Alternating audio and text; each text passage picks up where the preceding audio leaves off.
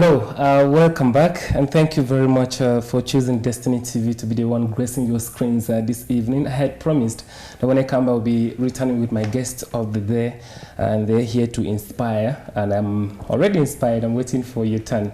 So I will not have to do the introduction for myself. So starting from my extreme left, yes. Please, this is the camera. Introduce yourself and tell us where you come from and what you do.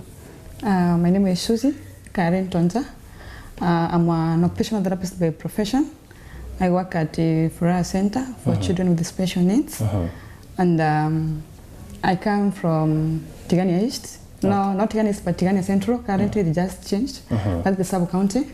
And the Dangada Ward, then Kunati sub-location, and Kunati village. Wow.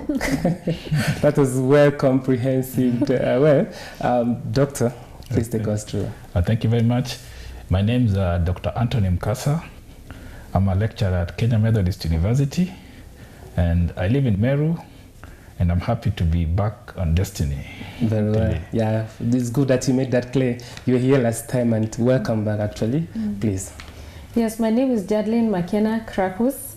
I am an occupational therapist by not occupational therapist, but a counseling psychologist by profession.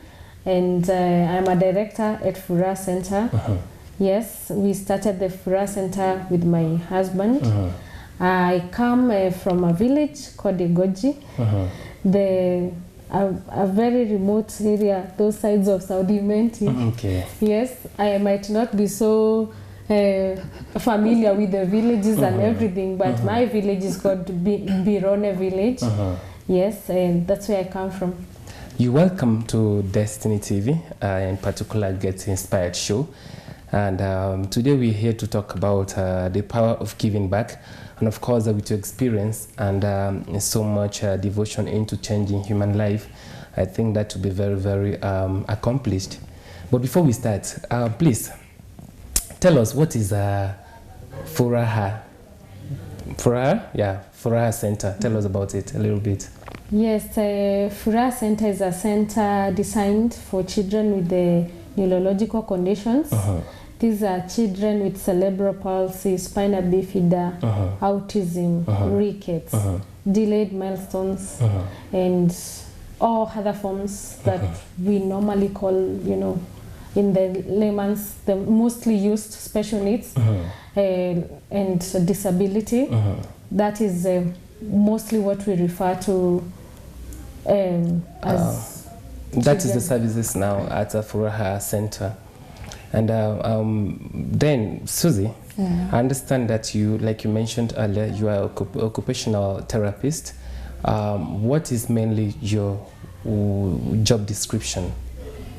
So, what I do at the Furaha Center is mostly the children with the special needs like cerebral palsy, autism, and other conditions that you've earned. They require something called therapy to help them be independent as much as possible. To us, independence is not that you can walk and maybe work somewhere like a teacher or something, but if I'm able to touch something and hold it, that's the maximum I can, then that's independence according to that person. So the best that you can achieve from a therapist, that's what we do. And so our main focus, or the main focus of an occupational therapist, is to ensure independence. Yes. Very well. Dr. Anthony, to my understanding, you are a friend of Furaha. Please talk us through that. What does it take, first of all? Am I even qualified? What does it take to be a friend of Furaha? Thank you very much, Bassey. Okay, being a friend of Furaha is just having a heart of giving. Like personally, I just learned about Furaha Center through when I was just passing by. So there's a center called Furaha Center. Never learned about autism. With time, I discovered that the center was doing something noble, assisting very underprivileged children with a condition that is not very much known. Especially you find that things like autism, you find children that have from backgrounds that are underprivileged, they have so many challenges. So Furaha Center comes in and really bridges that gap. So me as a as a professional, I felt that it's always good to give back. I felt that it's better I go and partner with Furaha, give what I can, and assist them. Because, thank you. I totally agree. And now, since the topic of the day is the power of giving back, and like you're a doctor, yes, but it doesn't mean that someone has to be a doctor to be able to give back, or they has to be well financially stable. Or what does it really take to be for you? What does it really take for one to be a friend of is there criteria or expectations when one steps in? No. Anyone can give back to Furaha Center. You can come, you help us feed the children. We have children also for the daycare, and then we also have children who, after already they have gone through the therapy, they need some more walking, they need to train on walking, they need to train on the machines. So they need the therapists need aid, someone to be with that child. Yes. To give them motivation and the like. We also have a prayer therapy, which is done by a counselor trained for things like prayer therapy and other things. But prayer therapy is anything that you can do if you want to help. It's just sitting down with blocks and playing with a child, and maybe someone who is just controlling if I come by and see according to what we are targeting. Okay. Yes. Very well. Doctor, again, let us go back to inspiring before we educate a little bit. For the longest time I've known you, you are always very, very particular when it's come to giving back. What pushed you? What is your point of motivation for doing that? Okay, thank you very much, Bassey. Okay, one of what inspires me a lot is I always feel that having come from a background that is not privileged, I think I was here before earlier, and I told you, having lived in the ghetto in Nairobi, growing up in Nairobi, Kangemi area, in the slum area, and feeling the environment of people who are very underprivileged, and God was able to bless me to remove me from the shadows of poverty. Yes. So I always feel that I have a responsibility always to give back, because it's more blessed to give than to receive. So I always feel that I have a role to fill and assist somebody else, because God assisted me. That is something anyone out there could borrow, if not take, because they need to borrow so they can still have some more left for you. Anyway, Susie, this is what I understand. When it's come to choosing a profession in life, sometimes it is out of passion, sometimes it is out of money-oriented. Is it going to make me so much money? Would this occupation pay me well? What was the point of, because I know being a therapist, especially in a platform like this, it's very sacrificial. So what does that mean to you, or what pushed you to be a therapist, especially in an organization like this? So I grew up in a place whereby some things or terms were not even a part of something we would understand. So something like an occupational therapist, I just came across it when I was joining college. So like in my place where I come from, there are so many children with special needs. Okay. And there was no management or treatment that they were getting. So I had that heart because I at least wanted to do something in the community, if not at large in Kenya, because I really saw my community suffering, and every child who was growing there, they were like being locked in the house and nothing that was happening. So I made up my mind to do something to do with occupational therapy, because I knew this is how they would get help, and they also would speak to the community. But at least I thank God, currently people are understanding it. So this is what pushed me into doing occupational therapy. And with Furaha Center, I'm now able to reach my place, because at least now we have a mobile clinic whereby we are getting to Mikidori, and the people from my place can join with, although it's a bit far, but at least they are coming once in a while. Yes. So at least I know there is still something to be done apart from that, because now you see, still there are services that are not reaching to far places, which we are trying as Furaha Center. And we are even growing, and I know we are going far. Totally. I think I get you. It's more of giving back than even what you get out of it. And two things that you've mentioned, I would like to set it straight. You said that you wanted at least to change your community, if not Kenya. But the surprising part of it is that if you can change your community, then you've changed Kenya.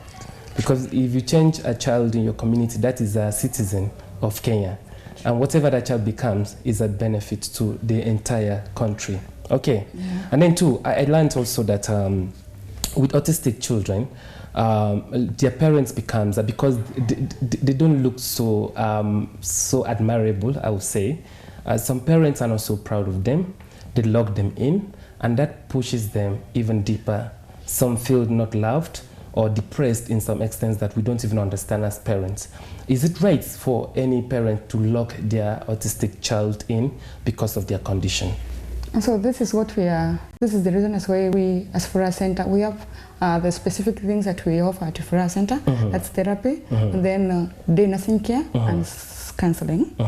So these parents needs a lot of counseling. As far as you're giving them services, when a parent becomes pregnant, they have dreams for their children. Of course. So when the child comes with the special needs, it's like a blow to them. So they need a lot of counseling and a lot of love, and also a family support that can really understand the problems that they are going through.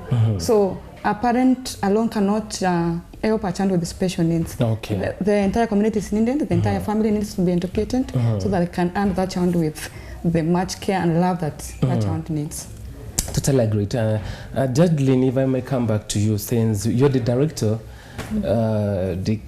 one of the pioneers or founders, I would say. Yes.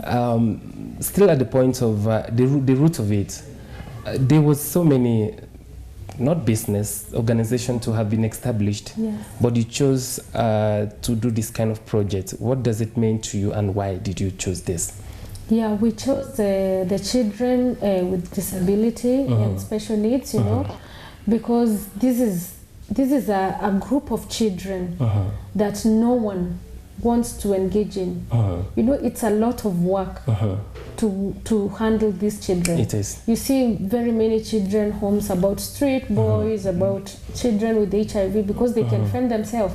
They'll go take shower. Our children are changed diapers every day. Our children are fed. Our children are moved. Either you carry them or the wheelchair. So this is a child that has been neglected by almost everybody. You find most of the parents are suffering. And then also my husband had a very good background where he started another center. And you know, when you get married to someone, you marry it together, the life and everything. So we used to work in another children's home, the two of us. So when we talked to a friend and another friend, and we were like, you know, we want to start a center for these children because we have seen a lot of children suffer, some with their parents begging. So instead of the parent begging, we thought it could be a good idea us having a day center where that parent leaves the child. You go get something and then you have something to feed this child and other children at home instead of using this child to beg. Correct. Yes. So that's how ideally we got into that. We talked to our friends. We told them, well, to start this center, these are poor parents. You cannot charge them. So we don't charge at the center. So we asked our friends, we need your help. We need your help because there is no other way that we are going to work without your back. So we registered the center as a community-based organization, and it was only serving the Meru community. And then we went to Mekinduri, near Susie's place, as she said. And we have another center there whereby we go every Tuesday and every Thursday to do the same. And we offer that therapy to those parents who are there, so they don't need to get stressed. Where am I going to take my child for therapy? The distance is so far. Information, we bring them any new information close to them. And if there is anything to do, we facilitate it. And that is all that fills our heart. That is the love that we feel. Of it. Yes, that we are able to help. We are able to reach that child. The creation of the awareness work and everything is to create that. We need to let more people know we need to inspire people through these children. We need people to know that this child is not supposed to be locked. The mother is not a witch. You know, those are the things that we want to get into details. Correct. As we continue running the therapy and everything, we don't want to leave that aspect of letting people know what that it's a condition. Actually, in this year's theme is embrace. Okay. Yes, embrace, it's a condition, because most of the people are associating it with different things. So the whole of idea of starting Furaha is to bring those aspects out in everyone who is fearing to do this. We are able to do it as an organization. Get it. Yes. Get it. To add on that, we are making it an international, like it will be soon Furaha International. We want to spread our wings to places like Samburu. We have been invited there in Marsabit, where we want to reach the children now in those areas. Because we know here you have information.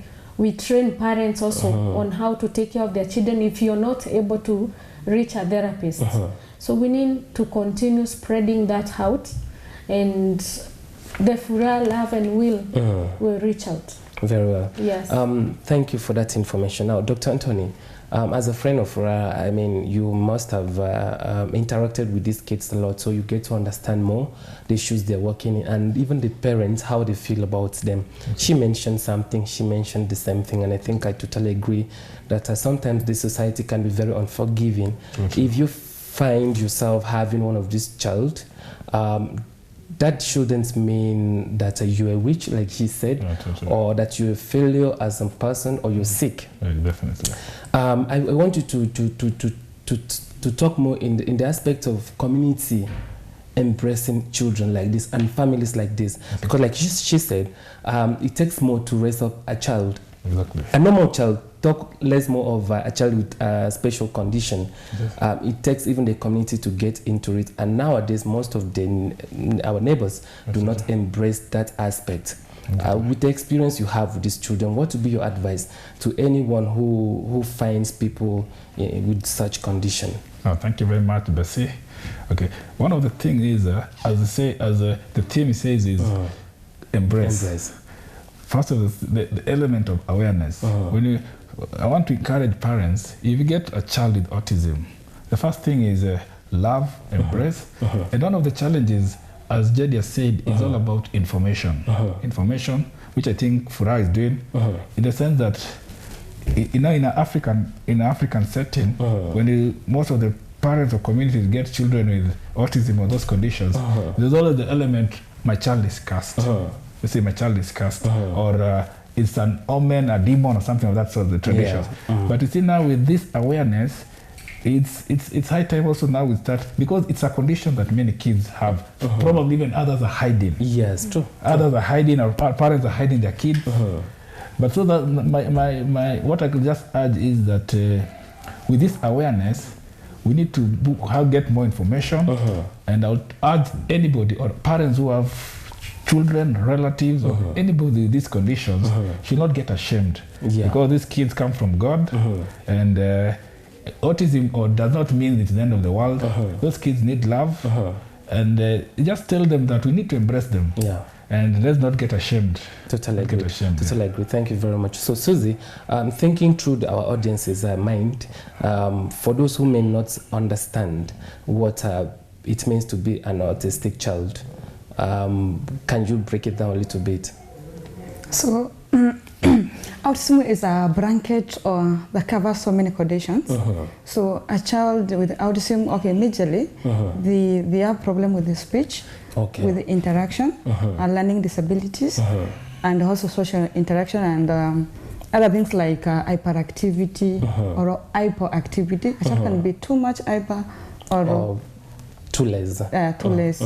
So when you see that the child presenting with these things, especially hyperactivity or hypo, then the speech delays. You see, there is that age that you expect your child to start speaking, and at that age, your child is not even able to give some words. So it should at least raise your mind and understand that your child needs help. So under autism, we have something like ADHD, that's attention deficit hyperactive disorder. This child cannot be attentive. They will just jump all over, like not sitting down, doing so many things. There is DHD, this child could be able to concentrate, to just sit somewhere, but they could not be able to concentrate or to do some other things. So they would just sit down and start doing something that shows you that that child is not okay. So they have something called stereotype behavior mostly. A huge percentage of them, they will present with some kind of a behavior that tells you that this child, this thing is not normal. It's not for normal. For the child. So these are most of the things that the children presents with. And also now, you know, with all these things together, the child to learn is very difficult. Okay. So autism majorly is run by a normal person have got 5 senses. Okay. And you are able, like now there's so much light, there are so much colors, we are 3, 4 here, we are talking, and now you can be able to see all this other information and concentrate on what I'm saying. Yes. But now an autistic child may not be able to take one information and interpret it. This is too much for this child. So they may not be able to sit down and hear what we are talking because they are not able to keep their senses together to be able to interpret, to get some information or to give a feedback. Or to process all the attention all at the same time. To process all those senses so that they can come one and be able to concentrate on that one thing. Yes. Wow. Very, very nice. And something I'm very curious about is is it a condition that can be improved with time? And if there is, if it is rather, does it has an age limit? So for autism, it's good to begin much early. It's always encouraged that. So what I would say is that every child, as a parent, when your child is growing up, just if you notice something that is not okay with the child, seek help so that they may start therapy as early as possible. Children who start therapy early, mostly they achieve better because their brain is easier to teach and to learn.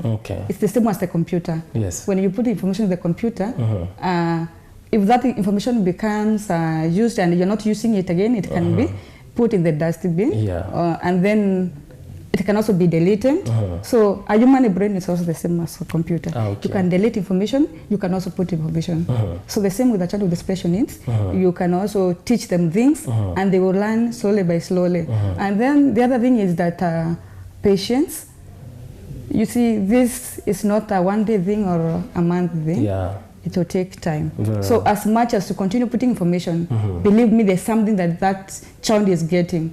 So the child needs too much information so that at least if they don't get everything, they will get at least something from that. So they may need a lot of talking to them, play, appreciation, hugging. So there are so many things that a child with special needs need to offer extra. From this extra love, extra attention, and all of that. Fine. Thank you very much, Jadeline. Something I would like to understand based on what she just said. How early, for every parent out there, how early can a parent notice that their child has this condition, and what are the possible signs that interpret autistic condition? Well, mostly it starts from 2 years. That's when you start noticing in most children, because you know, it's more of behavior and how the child, you know, presents. So like you'll see a child is always like slapping the ears. Some of them will not concentrate and those kind of things. So from 2 years, you're able to notice such conditions. And to add also on what Susie said, most of the parents think that autism will be cured, you know. But it cannot be cured. There is no cure for autism. So even as you buy medication and everything, you'll buy the whole world medicine, but you not buy a medicine that cures Yes, autism. that actually goes back to the question I was asking her, if there could be an improvement of behavior if adequate work is put into. And I thank you for putting that clearly. And then something I also would like to know, autism, is it a genetic problem, or have you been able to identify the cause of it so far? No, because even we are following up researchers who are doing this. No one has been able to come with the cause of what causes autism. You know, there are a lot of them that are there say it can be environmental, it can be genetic, but for sure no one has proved that. It's not certain yet. Yes, no one has proved that. So no one knows what causes autism yet. Very well. So, doctor, I know you're a parent, isn't it? And dealing with these kids, what would you advise parents to take on? I mean, in terms of how they handle them, how they respond to their need and attention, because I think they're very demanding. What do parents need to know, and if they have such children? Yes. Thank you very much, Bessie. Because the most important thing is, you know, as the good book, the Bible says, my people perish because of lack of knowledge. So what I think is, like, the parents need to get information about autism. At least engaging people like Furaha, because it's all about challenges of information. Yeah. Because like now we're getting information.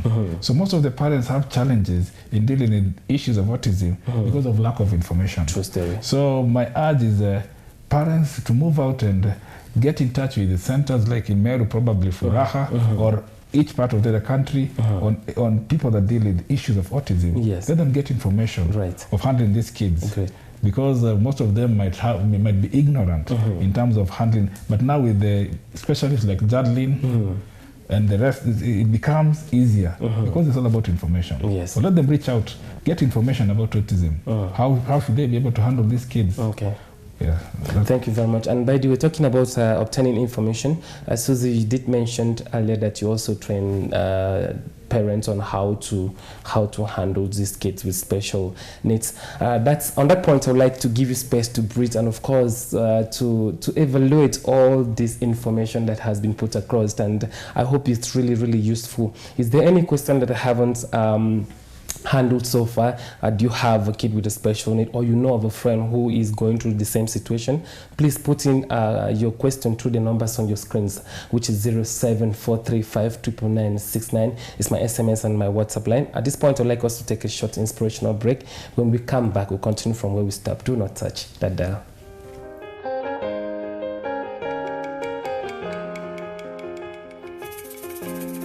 Woke up one Sunday morning,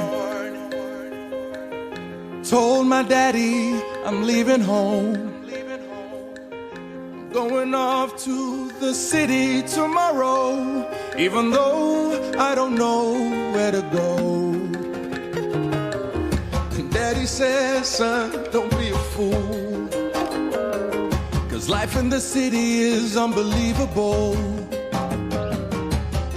Get broken, no, you're just a little boy, and you may never find your way. And I said, I know I could get lost, I know I could get broken. Forgive me, Father, but I gotta take a chance. Oh, I'm already gone, so just pray for me. Pray I find my way. Oh, forgive me, Father, but I gotta take a chance. Oh, I'm already gone, so just pray for me. Pray I find my way. Oh, forgive me, Father, but I gotta take a chance. Oh, I'm already gone, so just pray for me.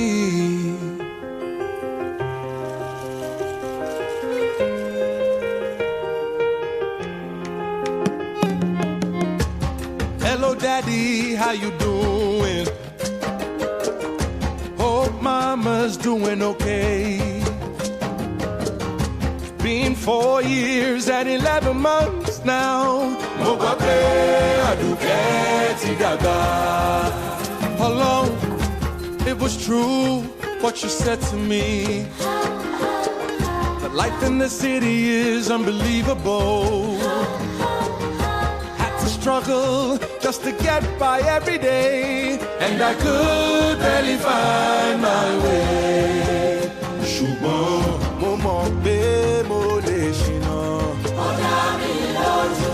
Mo rí pé ayé lè ṣòro. Forgive me, Father, but I gotta take a chance. Oh, I'm already gone, so just pray for me.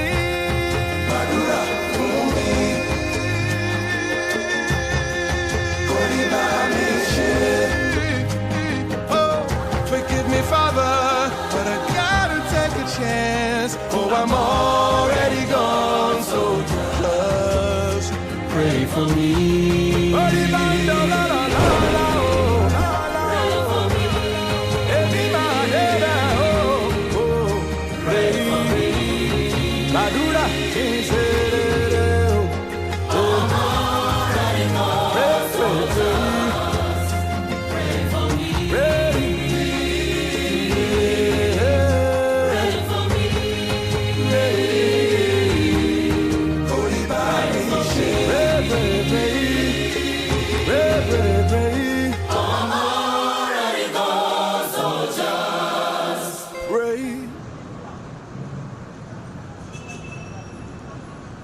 Any spare change, sir?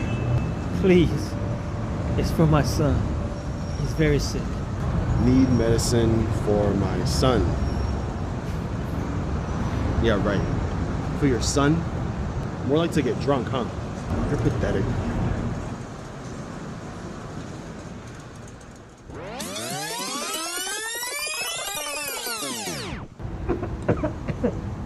Don't worry, son.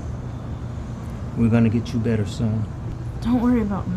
Just take care of yourself. What do you mean, don't worry about you? Just leave everything to your dad, okay? Wait. You need this more than I do.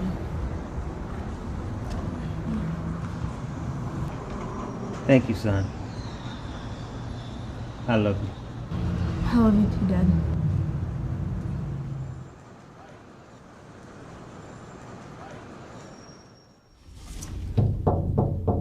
Hi. Come on in. I need some medicine. My son is very sick. No problem. Do you have any medical insurance? Yes. Here you go. I'm sorry, sir, but this is expired. I lost my job. I don't have much. You can take it all. I'm sorry, sir, but this isn't gonna be enough. Please, sir. It's for my son. I really wish I could do more.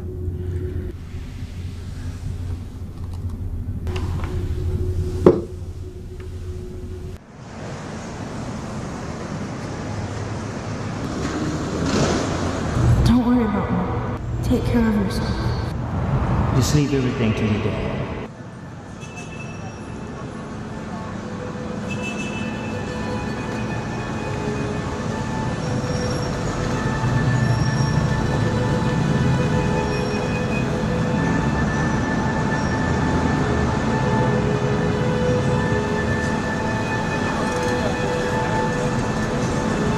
Any spare change, sir? Please. It's for my son. He's very sick. Need medicine for my son. Yeah, right. For your son? More like to get drunk, huh? You're pathetic.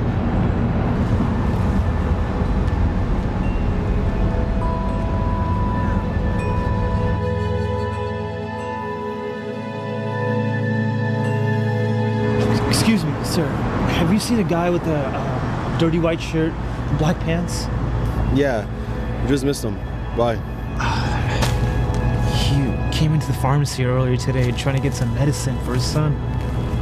Poor guy, he got laid off and didn't have any medical insurance. He was just trying to help his son. Thank you. Please, it's for my son. For your son? More like to get drunk, huh? When somebody is going through a hard time, we're often quicker to give judgment than to actually give help. When someone asks us for money, we can pretend not to hear them. Or when someone asks us for support, we can pretend not to see them. Many times when someone is struggling, it isn't because that person's an alcoholic or is lazy or even a failure. They may actually just be trying their best, but they're going through a difficult time or having some temporary bad luck. It's not easy for a person to ask for help. It can even be more difficult on the person asking than on the person giving. We all face difficult times in our life, so we shouldn't be so quick to judge, especially when we don't even know their circumstances. Because one day, we might find ourselves needing the help of others, so we should always be the person that we wish we had if we were going through a tough time.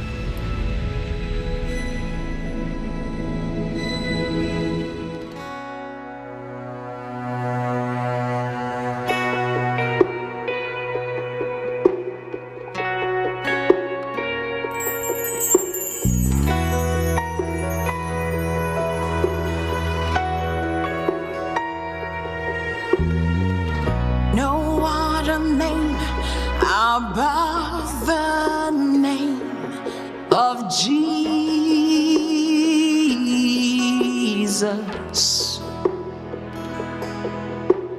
Yesterday, today, forever.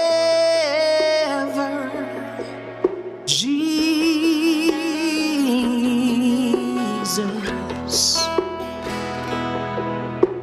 There's no other name like yours in heaven or beneath the earth. Every knee shall bow to the name of Jesus. Jesus.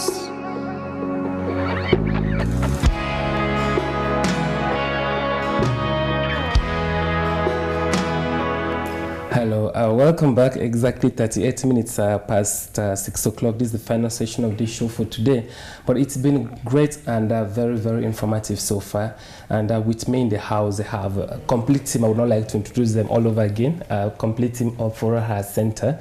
And they have been really, really educating us on matters that has to do with autistic children or conditions. But big question, are you only based on, are you focused on autistic conditions only, or you do other things as a house? As a center, we handle all neurological conditions, as I said earlier. We have cerebral palsy. We have, actually, most of the children are cerebral palsy that we have in the center. We have children with spina bifida, we have children with rickets, and also we have those children who, according to the milestones, the growing milestones, they should be maybe walking or talking, and it has not happened. That's a delayed milestones. And also we have several cases of mentally challenged children, because it's totally different when you separate mentally challenged, the cerebral palsy, autistic, spina bifida, and the rest. Oh, very well. Yes. So, Susie, what could you say is the biggest challenge when it comes to handling these kids? Some children present with severe damage. So when you hear talk about neurological disorder, it means it's something to do with the brain. So some conditions could be severe, such that you may not achieve too much as an occupational therapist. You know, now when the parent is bringing the child to you, they believe in you, and they're expecting too much from you, and they want to see change from their children. And most of them may not believe that their children may never walk, no matter how much therapy we do, depending on the damage. So with this, you don't even get the way to tell this parent, your child may not be able to achieve walk again. this. Yes. So sometimes you may also see like a child is already past 13 years. The child is not even to sit, but still the parent want to insist. There's something you can do for the child to sit or walk. So this is so traumatizing, and mostly I find it so difficult to really tell the parent that this is not achievable, because this is not what they want to hear from you. Yeah. Wow. I mean, I believe every parent wants the best for their children. One thing I've come to learn about parents, even at the point where their child is dying or is dead already, some take such a long time to come to terms that this child is actually gone. And I can imagine how it feels on your end trying to tell them, Mom, imagine this kid will never walk again. And what are the main, I would say, core value that these parents have to hold on to be able to accept that this is reality for life? The best thing you have to know is that a child is always a gift from God. So when God entrusted with the child, she knew that you are capable of taking care of that child. And again, you know, you don't own life. Life belongs to God. So as far as your child is alive, love that child, take care of that child, do your part as a parent. Then God is faithful to do his part also. So also there's one thing that I tell parents, that the love that you show to your child will be reciprocated back from even other people. Like the way you come loving your child, I will also give that love to that child even as I attend to them. So we as Furaha Center, what we do is demonstrate to a parent how to love those children. So like you came with the child saying like the child is not capable of achieving anything, like we hug the child, we play with them, we call them good names like sweetheart, what. So this parent now start to know that, wow, my baby deserves the best. So this is what has been making me move on. I get it. Now, Doctor, it's quite interesting, and I'm always a very curious guy because you're working with these people, beg your pardon, people with beautiful hearts, and they give more, so selfless. And I think this has also inspired you, and is an eye opener to you, and as a friend of Furaha. What would you like to tell people who have not come to terms yet, or who has not been part of this initiative yet? What can they do based on how you entered into Furaha family? What can they do to join you? Okay, thank you very much, Bessie. Okay, what I can tell each and everyone watching is that being part of Furaha doesn't mean, as Jadi said, you have to give much or anything. It's all about just, like me, I'm a professional, I'm a lecturer. So it just means taking your time. It must not necessarily be money-wise, even your time, your energy and resources, and also giving information. So what I can urge is everybody has a role. You don't need to have much to give. You just need to do what you can, and feel very free, because the Furaha family is very welcoming, it's very open, always available, and also always willing to accommodate. So I can just urge each and everyone to just visit us, visit Furaha, and try and see what they can do. Yes, and I think it's very much welcoming. It's a very welcoming place. Yes, and I think something that can be very heartbreaking, especially to parents, is every parent wants to see their children grow into something beautiful. I mean, obtain education and get what is it called, a career for themselves. And since autistic children are they're slow learners, that is one of the main or major challenge, isn't it?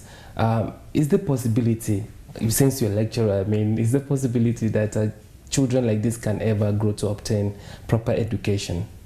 Yeah, it's definitely one of the things is because of information. And I can give you a good example. Albert Einstein. Albert Einstein came up with the issue of atomic physics and everything. The nuclear bomb and everything. Einstein had issues that probably, I don't know, autism, but he was a slow runner. He had a condition. He had a condition at childbirth. Till even the family, if I'm not wrong, wanted to throw him away. because he had a condition. I'm not so sure, was it autism or what? Yeah. But he was a slow learner. He had issues of slow learner. I need to do my research more. Probably autism or what? He was a slow learner. And as a kid, the family was very discouraged when they gave birth to Austin. Only with time, but he was given chance, and with time he became one of the greatest scientists on this earth, coming up with the issue of the atomic energy and everything. So I think this is inspiring. These kids at Furaha Center and everywhere, these are kids that have potential. And what you just need to do as JD and the Furaha Center are doing is they need to be given a chance. They need to give them a chance, space and patience. They need to be given that special attention. But they should not be condemned as kids who cannot be able to make it in life. So that is what I would just urge. Beautiful. I mean, well, Jedlin, something I'd like to know. You mentioned earlier that you do not charge the parents of these kids for your services, and I'm wondering, how do you fund your center? Well, the center is welcomes donations from business people in Meru. We have had business companies that have been supporting Furaha, and they still do up to this moment. And recently, our founder, Mr. Marek, he visited Poland and opened a Help Furaha Foundation that is now helping us to run the daily activities, because you know the children were increasing. So the way the help that we were getting from business people could not match up with the numbers that we were getting. Yes, they still do, and we really appreciate the business people in Meru, like Mafuko, Silver Spread, Aronayo Ben Sons. Yes, ISA registrars in Nairobi, South Africa. Those are the companies that they have stood with us all through. So far. They have been with us, and they still are. Yes. Well, that is very inspiring to know that as much as people are making running business for profit, they can actually use their profit or something extra out of their pocket to support life. I mean, it is beautiful, isn't it? I know you agree with me. And something I'd like to know, how do you welcome people? Like, what is the process of helping? How can they reach you? Apart from, I mean, on social media platforms, how can they reach you? Yes, we are in social media. We have a Furaha Center for Exceptional Children for Facebook.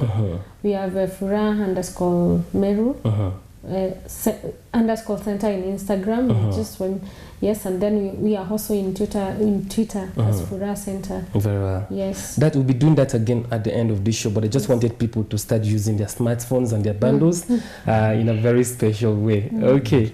And now back to you. You'd like to know, Susie, how many children in numbers do you have in your center right now? How many children are you dealing with? So, okay, like the children that the center has been able to meet in Meru, in the center, the Meru Center. Yes. Because we have it's like we are now operating two groups. We have the Meru Center and the Mikinduri Center. So at Meru we already there around 200 children. Okay. Yes.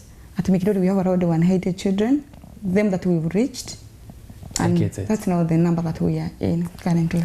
So the reason why I was bringing that up is that only in Meru County, the one you've reached so far, we have a number in total, 380 children with such conditions. And you hardly meet one. Okay. So which means in almost out of every 3 or 5 homes, there is a child with such conditions. So which means anyone could be surprised with such it's not a condition, I hate to call it a condition, with such blessing. Okay. And all they need to know is to be proactive and be ready, should in case. Okay? Because I believe even the parents that happen to have these children also, they serve God. They are good people.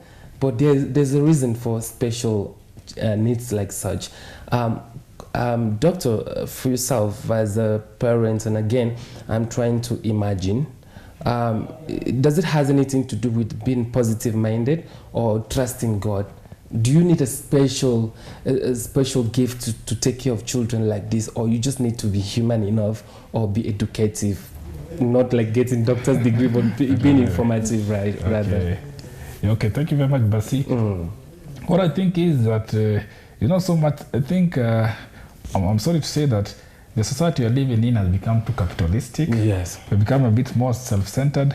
But my urge is, it's high time, like, you stop thinking about yourself, stop thinking about your family, and let's think about somebody else. That's what inspires me to work with Furaha. Don't move out of your comfort and just think, this kid outside there, what can I do extra? This kid is not related to me, is not related to you, but this is a kid who is underprivileged. What can I do, something small? It doesn't cost much. True. So that's what inspires me. Move out of your comfort zone. So that's what I urge my viewers. Just move out of your comfort zone a bit and say, this, my family is good, God has blessed me in everything, but what else can I be able to do to somebody who I don't know in a special way? Yeah, that's what inspires me. I am really blessed. I mean, it wouldn't get any better than this, and I know that you're equally indoctrinated through this platform as well.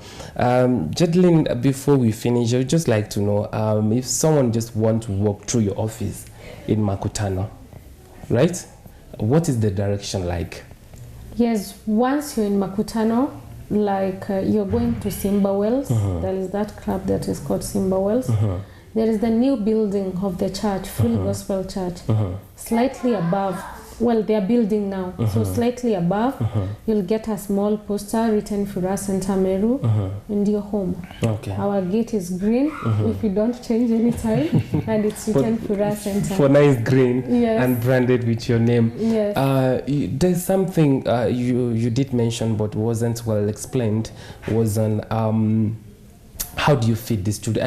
I know you get funds from all these people, but apart from just training them, giving them therapy, you also cook for them, right?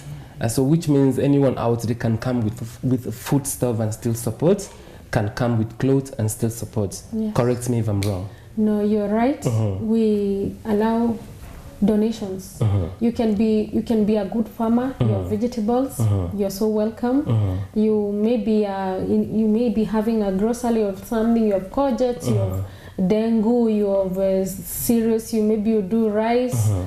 We accept all this because we have a feeding program for the day children that are there. Yes, so all that is allowed. You're right. Okay. Yes. Very well then. Now we'd like to do this individually, apart from the social media for her. Doctor, I know apart from the beautiful things you do, also very much intended to changing the world. You speak to people, you motivate people. So how can one reach you on social media platform in case they want you to speak to a set of youth or students? Okay. So me, I'm on Facebook just as, my name is just Anthony Mkasamate. I'm on Facebook as Anthony Mkasamate. Okay. Not changed, not coined. Not intending to hide. So, yes, Susie. Yeah. My name is, on Facebook it's Sue, Susan Dodgers. And on Facebook it's okay. Facebook? Yes. Wow, okay. Jadlyn? Yes, I am as Jadlyn Krakus, although you might get so bored now because I post every day about the work that is about to come. So Jadlyn Krakus, Jadlyn. Don't search with an I. Yes. Very well. Yeah. Before I share my social media platform, please, from my extreme left, I would like you to give us your final thoughts on the power of giving back. So what I believe is that when you give, there's a satisfaction that comes from it. And anytime that you make someone to smile in a day, when I wake up and most of the day, when I come back to the house, what I ask myself is, did I make anyone smile? Or did I touch any life? Or at least did I listen to any parent today? Because they want to be listened. Sometimes you may not give tangible things, but your heart, your ears, and the stories that they have, I love listening to them. Because I know when they outpour their things to me, with me giving them that opportunity to tell me their things, it's so important. So it may not be something to give out, but at least listening to someone and understanding the situation they are in, and encouraging them, and at least also giving what you are able to. That's the best thing that you can do in life. At least any time that you wake up in the morning, ask yourself, did I touch a life? How was the day all through? So that will change our world. Thank you very much. Doctor? Well, thank you very much. Okay, me, I'll talk even to my fellow intellectuals, to my fellow professionals. What I can say is what I've learned as an intellectual in everything is these are very important quote that always inspires me, that people don't care how much you know until they know how much you care. That's what really inspires me. I'd like you to take that again one more time. Yeah. So what I say is that people don't care how much you know until they know how much you care. Correct. Yes, yes. Correct. That was that short and very powerful. Thank you very much. Oh, you have more to add? No, no. Okay, Jacqueline. Yes, you know, no one has ever gotten poor because of giving back, you know, and that is the only way. If you are born and you're still alive, you're not dead, you can still give back to the community, and you will not be poor, and you will have yourself fulfilled. And you know that we live by the journey of hope, and I believe the true journey of hope is to those parents that have this kind of children.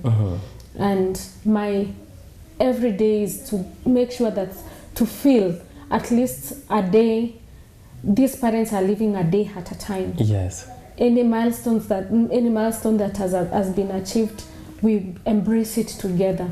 We smile about it, all of us together, to be able to understand what is this condition that every child has. How special is that child of theirs? Yes. Thank you very much. Very well.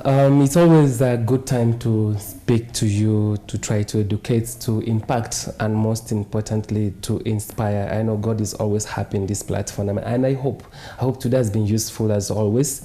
Keep watching this show. It comes on your TV screens every weekday, apart from Wednesday's time is 5:30 all the way to 7 day about, and it's good that you obtain information like they have all said. It's good that you laugh. It's good that you accept people for the way they are. It's good that you give back, most importantly. And there is a famous saying I've been living with my whole life, that give us never lack. It doesn't matter how many times you give a day. God comes through when you need him the most. So just make sure that you touch someone's life. It could be just the way you pay attention to them when they need someone to talk to. It could be calling to check on them or praying for them. It is never wasted energy.